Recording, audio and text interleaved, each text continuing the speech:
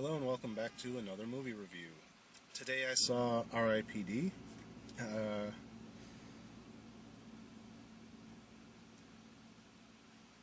I kind of like this one. It wasn't a great movie by any stretch of the imagination, but it was fun, if that makes sense. As far as like the plot and story, it's basically Men in Black, except instead of fighting aliens, they're fighting spirits. Um, but there's a little bit more to it than that. But yeah, really not a whole lot of originality to it. I heard some people say it sucked, but when I watched it, I was entertained by it. Like I said, it's not a great movie by any stretch of the imagination, but I was entertained by it. So it was a fun little semi-comedy, semi-action movie. Basically, Ryan Reynolds' character is a cop, obviously, and him and his partner Kevin Bacon found some gold on one of their busts or something. I think they went in looking for drugs and found a bunch of gold. So rather than turn it in, they split it between them. And Ryan Reynolds' character kind of has second thoughts about keeping it. And he says, you can keep your half. I won't report you, but I'm going to turn my half in. So Kevin Bacon kills him. Before that, the back and forth between Ryan Reynolds and Kevin Bacon was actually really good. They work well as a comedy duo. I could watch an entire buddy cop movie of those two. I think it would be good. But it doesn't last long, obviously.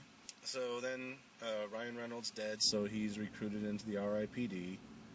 And he meets his new partner, which is Jeff Bridges' character. I forget their names. I just watched it and I forgot their names. So Jeff Bridges kind of takes on that Tommy Lee Jones character from Men in Black, where he's the senior field agent. But actually, Tommy Lee Smith liked Will Smith from the beginning, so I guess he takes on more of the Zed character, where he wasn't really sure about him at first. He had to kind of earn his respect. But at the same time, he's the mentor character like Tommy Lee Jones. So they go out and looking for the souls that they're trying to capture. Then it turns out that the souls are starting to reveal themselves in public. Basically, what it comes down to is as someone dies, the system is over congested. It wasn't built to handle as many people live and die on the earth every day. It was only built to handle a couple thousand at a time. So some souls are able to get back into their body, and then they're basically dead, but they're alive. But if you expose them, then they turn into a deformed figure, so it's kind of obvious what they are. And once you reveal them, you're supposed to capture them before they can get away.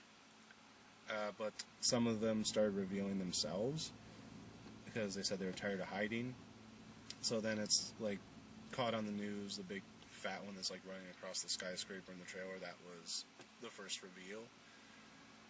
Then you find out that all this gold that's magically appearing as part of this ancient artifact that can reverse the flow of souls to heaven, so it'll like bring all the souls back to Earth and basically cause an Armageddon.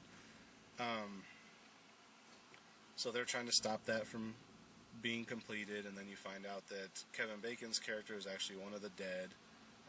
He got shot in the line of duty and recovered, but he didn't actually recover. He actually died, but his soul was able to remain.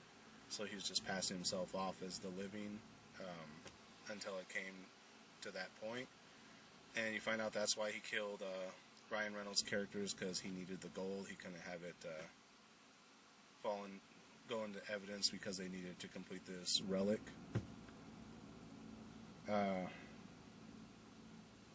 So then they have the final showdown between Kevin Bacon's character and Ryan Reynolds' character and Jeff Bridges' character.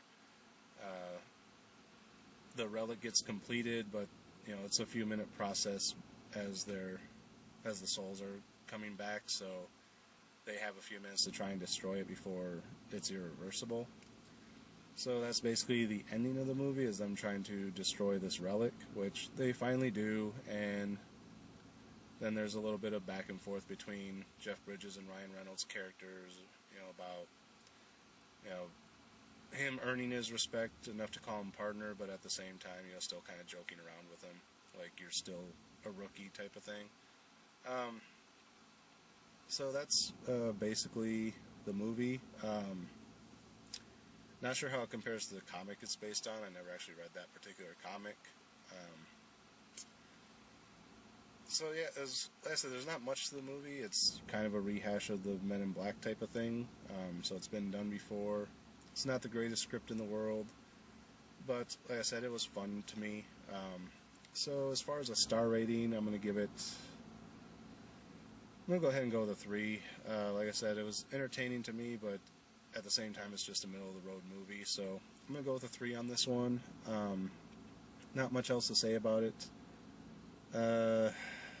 Not sure what I'm going to get around to seeing next. I'm going to try to see Turbo next, I think. I've caught up on everything else, and I think Turbo's the only other thing that opened recently. I know we got a few more things opening in a couple days, but I'm going to try and see Turbo because I think that's the only other one I haven't seen yet.